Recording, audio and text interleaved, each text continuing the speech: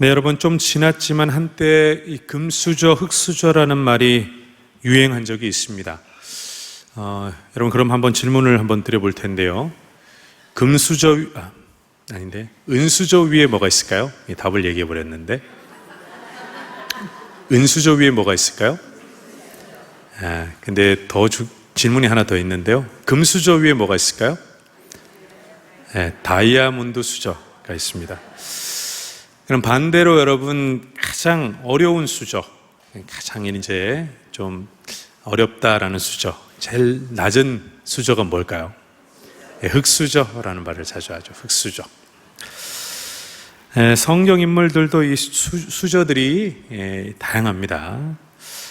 성경 인물 중에 가장 다이아몬드 수저는 누굴까요?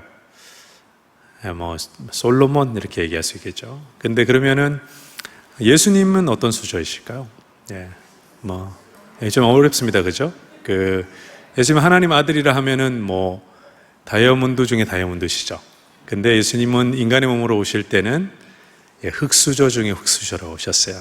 그렇게 선택하셔서 내려오셨죠. 구약 선지자 중에도 출신과 배경이 참 각양각색인데요. 대표적인 흑수저라면 아주 이렇게 낮은 이렇게 형편에 있었던 선지자 중에 아모스라는 선지자가 있습니다. 이 아모스는 뽕나무 재배자였고 양치기였어요. 당시에 최하층의 계층이었습니다. 반대로 선지자 중에 가장 금수저라고 볼 수 있는 선지자가 누구냐? 스바냐 선지자라고 볼 수 있어요. 스바냐는 왕족이었거든요. 스바냐의 4대 위의 아버지가 그 유명한 히스기야 왕이었습니다. 하지만 스바냐는 자신의 입에 물고 태어난 이 수저, 이 금수저에 호의호식하지 않고 선지자라는 성공과 출세, 안전과 행복과는 상관없는 삶을 선택했습니다. 그리고 오히려 자신이 속했던 상류층이었던 유다의 지도자들의 죄악을 거침없이 선포하죠. 스바냐의 이름은 하나님께서 숨기신다라는 의미를 갖고 있습니다. 참 기가 막힌 이름인데요. 왜냐하면 스바냐서의 주제가 여호와 날이라는 주제이기 때문입니다. 여호와의 날이라는 주제예요. 스바냐가 선포하는 여호와의 날은 무섭고 두려운 하나님의 심판의 날, 그야말로 싹쓸이의 날을 의미합니다. 곧 들이닥칠 무시무시한 여호와의 날로부터 안전이 숨겨지는 것이 바로 스바냐서가 말하는 하나님 백성의 구원이기 때문이에요. 스바냐서의 주제가 여호와의 날에 이 백성이 숨겨지는 것이 하나님의 구원이다라는 것이 스바냐의 주제인데, 이 스바냐의 이름이 바로 그 의미라는 것이죠. 우리 한번 2장 3절 말씀을 함께 읽겠습니다. 2장 3절입니다. 2장 3절 시작. 규례를 지키는 세상의 모든 겸손한 자들아, 너희는 여호와를 찾으며 공의와 겸손을 구하라. 너희가 혹시 여호와의 분노의 날에 숨김을 얻으리라. 아멘. 네, 여러분, 스바냐서의 주제는 방금 언급한 바와 같이 여호와의 날입니다. 스바냐서의 주제가 뭐라고 했죠, 여러분? 여호와의 날입니다. 오늘 본문의 초두에는 여호와의 날에 대한 생생한 묘사가 기록되어 있어요. 우리 조금 길는데 한번 읽어보겠습니다. 14절부터 18절 말씀입니다. 14절부터 18절 시작. 여호와의 큰 날이 가깝도다. 가깝고도 빠르도다. 여호와의 날의 소리로다. 용사가 거기서 슬피 우는도다.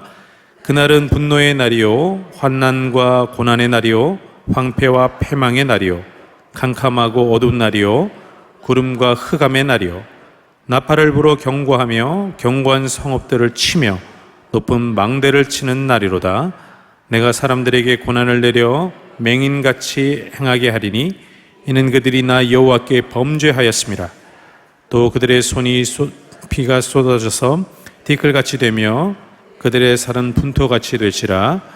그들의 은과 금이 여호와의 분노의 날에 능히 그들을 건지지 못할 것이며 이 온 땅이 여호와의 질투의 불에 삼켜지리니 이는 여호와가 이 땅 모든 주민을 멸절하되 놀랍게 멸절할 것임이라. 아멘. 여러분, 오늘 본문의 이 여호와의 날이라는 말은 사실 처음으로 스바냐가 쓴 말이 아닙니다. 여호와의 날이라는 말을 처음 사용한 선지자는 아모스라는 선지자예요.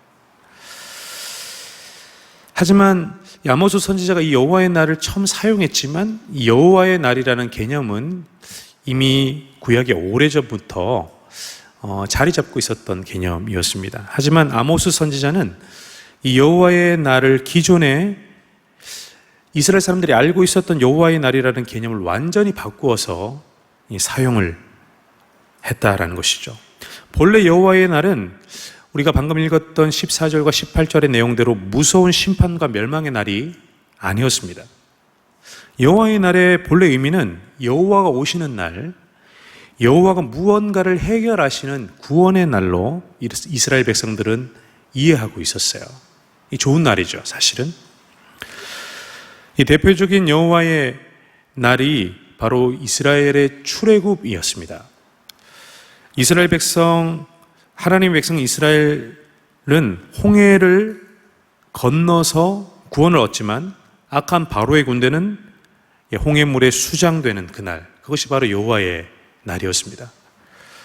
하지만 반대로 이 구원의 날이 아니라 심판과 멸망의 날인 여호와의 날도 성경은 간접적으로 소개되어지는 것을 보게 돼요. 좋지 않은 대표적인 여호와의 날이 바로 여호수아의 가나안 전쟁입니다. 가나안 민족에게 여호수아의 군대가 들이닥치는 그날은 바로 분명한 여호와의 날이었죠. 하나님은 신명기에 모세를 통해서 이 가나안 땅의 여호와의 날과 멸망은 이스라엘이 가나안 민족들보다 나아서가 아니라 가나안 민족 그들의 죄 때문에 망하는 것이니까 이스라엘 민족인 너희들은 우쭐할 거 없다, 착각하지 말라라고 말한 적이 있죠. 이는 가나안 정복이 이스라엘에게는 하나님의 구원의 날이지만 가나안 민족들에게는 심판과 멸망의 날이었음을 보여줍니다. 하지만 구약 성경에는 이 여호와의 날이라는 정확한 단어가 직접적으로 사용된 것은 아모스서의 아모스 선지자였습니다. 아모스 이전에는 여호와의 날을 한 번도 하나님의 백성 이스라엘을 이 여호와의 심판과 멸망의 대상으로 사용한 적이 없었다는 거죠. 여호와의 날의 이 심판의 대상은 늘 하나님을 모르는 악한 이방 민족, 가나안 민족과 같은 이방 민족에게 이 여호와의 날은 사용되었어요. 그런데 아모스는 다르게 이 여호와의 날의 이 대상이, 여호와의 심판과 멸망의 대상이 지금 이스라엘이 되었다라고 말하면서 이 여호와의 날을 사용했습니다. 이 아모스 선지자가 선포한 내용은, 이 예언은 심판과 멸망의 여호와의 날이 이스라엘 백성에게 임할 것이다 라는 말이었어요. 이것이 의미하는 것은 이스라엘은 이제 더 이상 하나님의 백성이 아니라 우상을 섬기는 가나안 민족, 이방 민족이 되었다라는 것을 의미했습니다. 아모스 선지자가 사용한 이 이스라엘을 심판하는 여호와의 날을 스바냐 선지자도 그대로 사용하고 있는 것이죠. 스바냐 선지자는 이제 하나 남은 하나님의 백성이라고 불리는 남유다를 향하여서 여호와의 날을 선포하고 있습니다. 너는 이제 망하게 될 것이다. 여러분, 우리가 잘 아는 사도 바울은 바리새인 중에 바리새인이었죠. 사도 바울이 본인을 바리새인으로 소개하는 것은 사도 바울이 직접적인 소개였습니다. 나는 바리새인 중에 바리새인이었다. 사도 바울은 서신서에 또한 자신을 사도지만 이 빚진 자라고도 소개를 했죠. 이 바울이 빚을 갚아야 했던 은혜의 채권자는 물론 예수 그리스도이실 겁니다. 하지만 바울이 빚진 사람들은 또한 그가 잡아 죽인 그리스도인들이었죠. 그들에게 빚이 있다는 거예요. 그날도 바울은 다메섹의 유대교 이단자인 그리스도인들을 일망타진에 잡아 죽이려고 다메섹, 다마스커스라는 도시를 향해 가고 있었습니다. 그 길가에서 예수님이 이 바울을 만나 주시죠. 예수님의 빛이 바리새인이었던 바울의 눈에 그 비늘을 벗겨 주었어요. 그래서 바울은 회개하고 돌이켜서 완전한 다른 사람이 되어서 바리새인이 아니라 이방인의 사도로 평생을 살아갑니다. 하지만 바울과 달리 예수님의 빛으로 눈의 비늘이 벗겨지지 않은 채 계속 바리새인으로 살아갔던 바리새인들은 어떻게 살아갔을까요? 여러분, 바리새인들은 하나님의 아들, 기다리던 메시아, 그들이 그토록 기다렸던 그리스도를 자신의 손으로 직접 십자가에 못 박아 죽였습니다. 하지만 그들은 그것이 자신들의 죄인지 전혀 알지 못했고, 심지어는 예수님을 죽이는 게 하나님을 위한 일이라고 심각하게 오해하고 착각했어요. 바리새인들의 눈에 비늘이 씌워져 있었기 때문이죠. 옳은 것을 바라보지 못했기 때문이에요. 그런 바리새인들의 눈에 씌워졌던, 예수님을 알아보지 못하게 만들었던 그 비늘은 과연 무엇이었을까요? 그 비늘은 바로 나는 하나님의 백성이다 라는 비늘이었어요. 우리는 하나님의 백성이야. 나는 아브라함의 자손이고 하나님이 택하신 하나님의 백성이야. 그러니 우리는 남을 심판하는 자일지언정 절대로 심판을 받지 않을 거야. 우린 반드시 구원받을 것이고 이방인들은 심판받아 지옥 땔감이 될 것이야. 이 비늘이 바리새인들을 안심시켜 주었습니다. 이 비늘에 눈이 감긴 그들은 예수 그리스도를 알아보지 못했고 십자가에 못 박았고 교회를 핍박하고 죽이면서도 하나의 양심의 가책이 없었어요. 이 비늘이, 그들의 눈에 가려진 이 비늘이 하나님의 백성이 아니라 마귀의 종, 마귀의 꼭두가시가 되게 했습니다. 성경은 말합니다. 이것은 그들의 교만이었고 그들의 착각이었다라고 말을 해요. 사랑하는 여러분, 여러분도 혹시 여러분 영혼에 그 눈에 비늘이 씌워져 있지 않습니까? 여러분 눈에도 비늘이 씌워져서 진실 예수 그리스도를 가려져 있는 것은 아닌가요?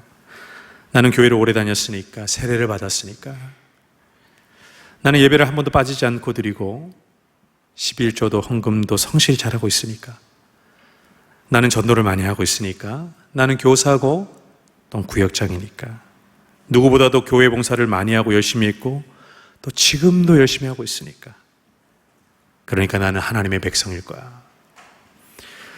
그러니 여호와의 날은 나와 아무 상관이 없을 거야. 나는 하나님의 백성이니까. 이렇게 바리새인처럼 안심하고 있는 것은 아닌가 모르겠어요.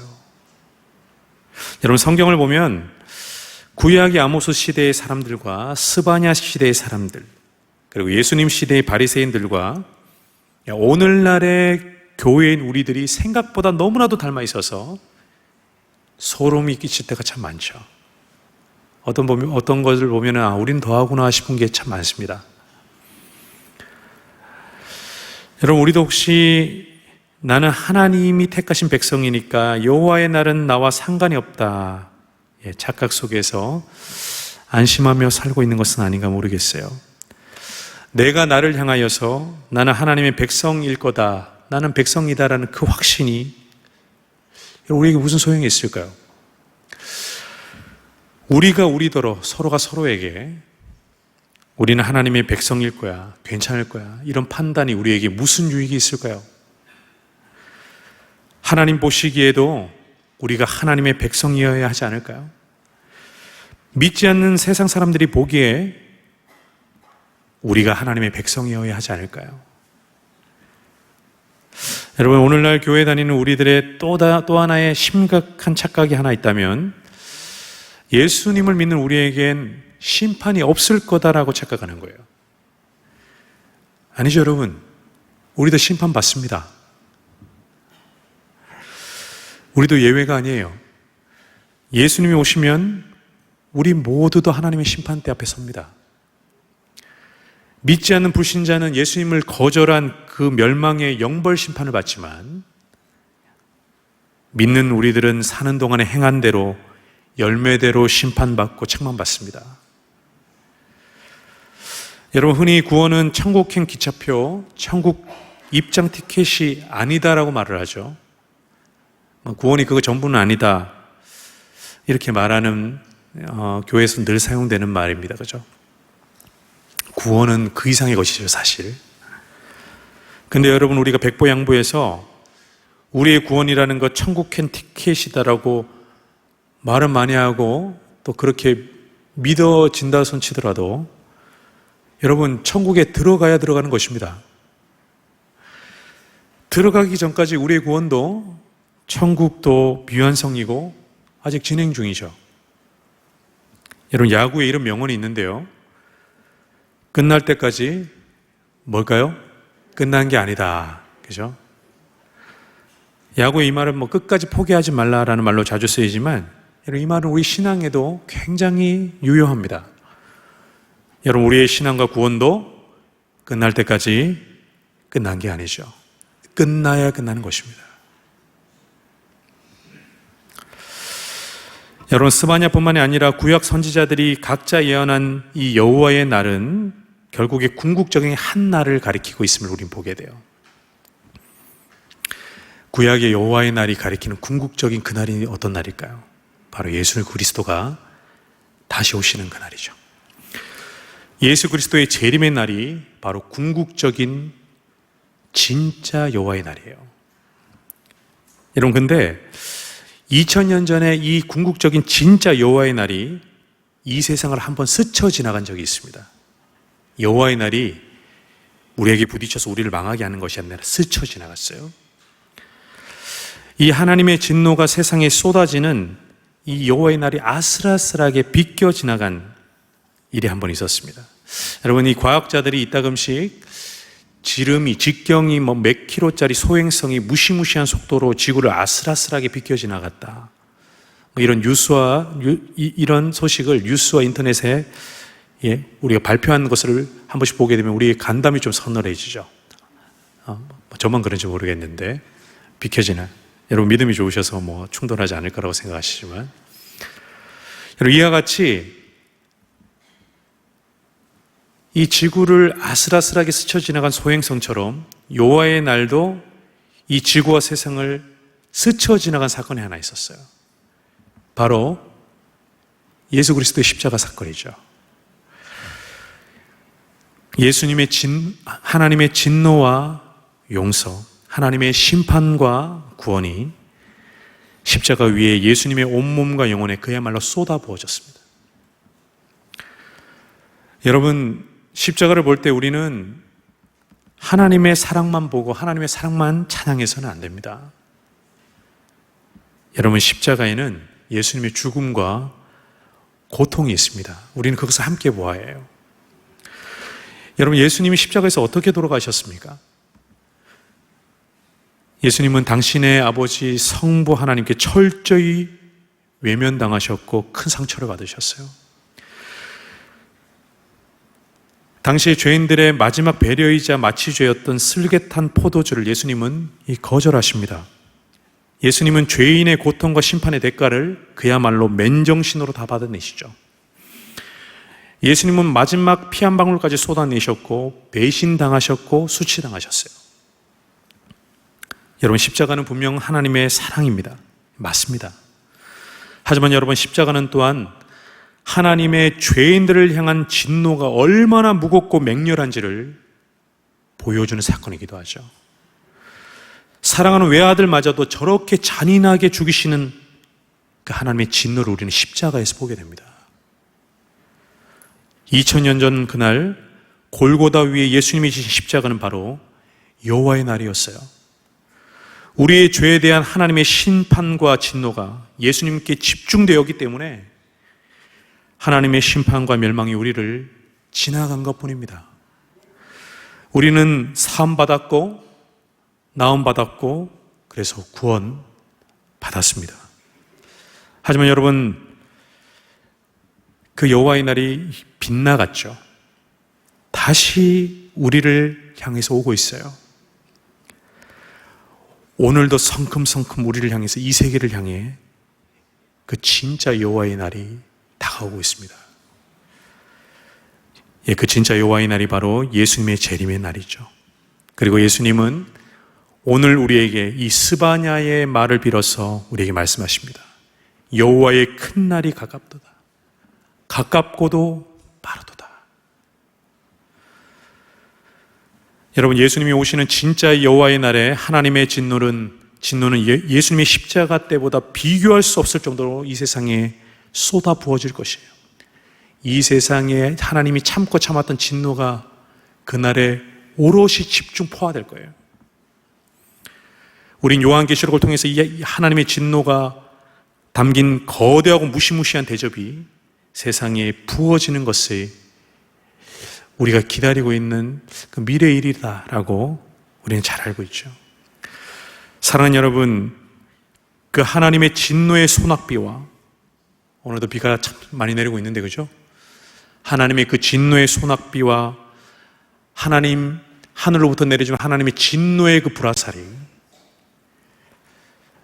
그날 쏟아지게 될 텐데, 그 하나님의 진노의 소낙비와 화살을 막아줄 그 우산이 무엇일까요? 그 여호와의 마지막 여호와의 날에 우리를 대피시킬 유일한 안식처, 방공호가 무엇일까요? 여러분, 예수 그리스도의 이름뿐이죠. 우리를 막아줄 우산, 우리를 피신시켜줄 안식처는 예수 그리스도밖에 없습니다. 여러분, 교회가 안식처라고 우리가 생각할 수도 있겠죠. 지금도 우리 교회 안에 비가 내리지 않죠. 우린 비를 맞지 않고 있어요, 그죠? 여러분, 적어도 교회라는 건물은 우리의 피난처가 되지 못하겠죠. 단지 교회에 등록하고 신앙생활하고 교인이다라는 우리의 자격은 하나님의 진노를 결코 피하게 해줄 수 없습니다.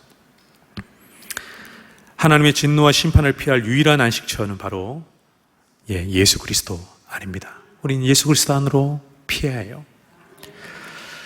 이 모든 것을 알고 있는 우리가, 이 모든 것을 우리가 알고 있는 그 자체가 우리에겐 복음이고, 예수 그리스도의 이름이 우리에게 이미 존귀한 이름이 되어 있음이 우리에게 은혜입니다. 근데 여러분, 지금 여러분은 정말 예수 그리스도 안에 계신 게 맞습니까? 예, 정말 계신 것 같아요. 근데 여러분, 혹시 예수 그리스도 밖에 잠깐 나와 계시지 않으세요?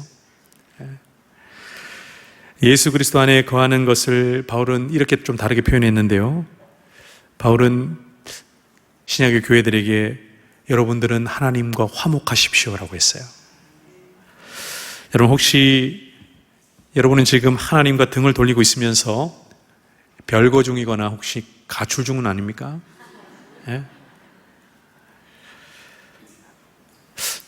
여러분의 가족, 남편, 아내, 사랑하는 아들과 딸, 손자, 손녀, 그리고 여러분이 사랑하는 친구, 그리고 또한 여기에 예배의 자리에 있어야 하지만 지금 보이지 않는 형제 자매들, 그들에겐 지금 여호와의 진노의 화살과 비를 막아준 우산과 안식처가 마련되어 있습니까? 여러분, 이 문제가 우리에게 얼마나 중요한지는 굳이 더 설명이 필요 없을 것 같아요. 그러나 우리는 정확하게 판단해야 해요. 과연 우리가 어떤 상태인지. 긴가민가 하면 빨리 하나님께 물어보셔야 됩니다. 주님, 우리 아이들, 누구 엄마, 누구 집사, 누구 권사, 주님 구원 받았습니까? 이들이 지금 예수 그리스도 안에 있는 게 맞습니까? 이런 기도하면서 하나님께 물어보셔야 돼요. 하나님 반드시 응답해 주실 겁니다. 만약 아직도 예수 그리스도를 모르는 누군가가 있다면 속히 예수 그리스도를 영접해야 하죠. 여호와의 날이 우리가 사랑하는 사람들을 급습하기 전에, 여호와의 날이 도둑과 같이 들이닥치기 전에 나의 사랑하는 사람들 모두 예수 그리스도를 영접해야 합니다. 이것이 우리가 복음을 전할 이유가 되죠. 이것이 우리가 때를 얻든지 못 얻든지 때와 사람을 가리지 않고 복음을 부지런히 수시로 전하고 가르쳐야 될 이유입니다. 그러니 여러분, 우리는 지금 자기 일에 빠져서 혹은 신앙생활이 아니라 종교생활에 취해서 잠들고 있으면 안 되는 거죠. 우리는 늘 깨어서, 또한 순간 잠깐 잠들어 있다면 서둘러서 잠에서 깨어나요. 여러분, 그렇죠? 나 때문에 내가 잠들고 있는 그 찰나의 순간에 하나님의 기회가 내가 사랑하는 그 사람에게, 그 인생에게 아무 일 없이 그냥 통과해서 지나간다면, 그래서 구원받지 못한다면, 그 예수님 영접하지 못하고 그래서 하나님의 진노를 피할 그 우산과 안식처가 그에게 마련되지 않는다면, 여러분, 그것은 우리에게 큰 죄가 될 것입니다. 우리가 자고 있어서 그런 일이 일어났다면 우리의 죄가 되죠. 마지막으로 여러분 세상에는 두 가지 종말이 있다는 거 여러분 아시나 모르겠어요. 두 가지 종말이 있습니다. 하나는 좀 어려운 말로 우주적 종말이라고 해요. 예수님이 다시 오시는 그날이 바로 우주적 종말이죠. 모두에게 임하는 종말이라는 거예요. 누구나 예외 없이 피할 수 없는 종말, 우주적 종말입니다. 예수님이 오시면 우주적 종말이 이 세상에 임하는 거예요. 근데 여러분, 또 다른 종말이 있어요. 개인적인 종말이 있습니다. 개인의 죽음은 그 개인에게 있어서는 종말이 됩니다. 그리고 부활의 약속대로 믿는 자는 믿지 않는 자나 육신을 입고 부활하고 다시 의식과 기억이 돌아오는 그때는 바로 하나님의 심판대 앞이 될 거예요. 이게 개인적인 종말입니다. 개인적인 그 죽음은 그 사람에게 있어서는 종말을 고하는 사건이기 때문이에요. 여러분, 우스갯소리로 오는 것은 순서가 있지만 가는 것은 순서가 없다라고 말들 많이 하죠. 여러분, 외람되지만 여기 계신 여러분 중에 누가 내일을 장담할 수 있을까요?